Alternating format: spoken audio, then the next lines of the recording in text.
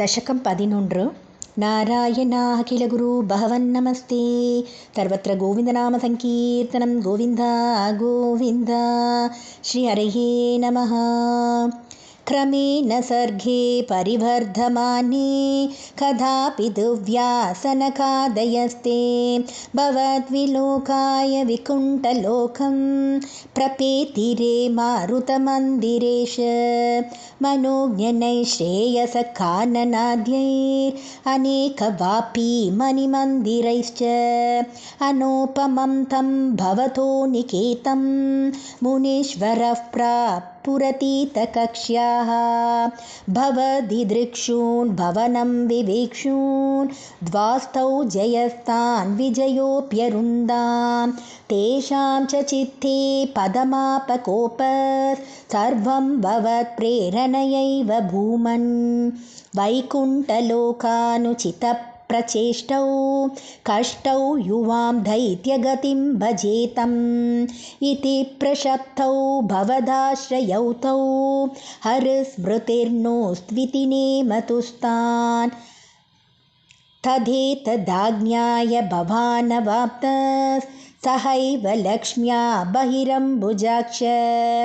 खगेश्वरां सार्पितचारुबाहुरानन्दयंस्तानभिराममूर्त्या प्रसाद्यद्गीर्भे स्तुवतो मुनीन्द्रात् अनन्यनाथावत पार्षदौ तौ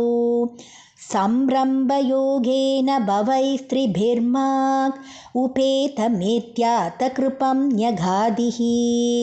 त्वदीयभृत्यावत कश्यपातौ सुरारिवीरा उदितौ दितौ द्वौ सन्ध्यासमुत्पादनकष्टचेष्टौ यमौ च लोकस्य यमाविवान्यौ हिरण्यपूर्वकशिपुक्किलैकः परो हिरण्याक्ष इति प्रतीतः उभौ भवन्नाथमशेषलोकं रुषान्यरुन्धां निजवासनान्धौ तयोर्हिरण्याक्षमहासुरेन्द्रो रणाय धावन्ननवाप्तवैरी भवत्प्रियां क्ष्मां सलिले निमज्य चचार गर्भाद्विनदन् गधावान् ततो जलेशात् सदृशं भवन्तं निशम्य बभ्रामगवेशयं स्वां भक्तैकदृश्यस्य कृपानिधे त्वं निरुन्दिरोगान् मरुधालयेश। सर्वत्र गोविन्दनामसङ्कीर्तनं गोविन्द गोविन्द।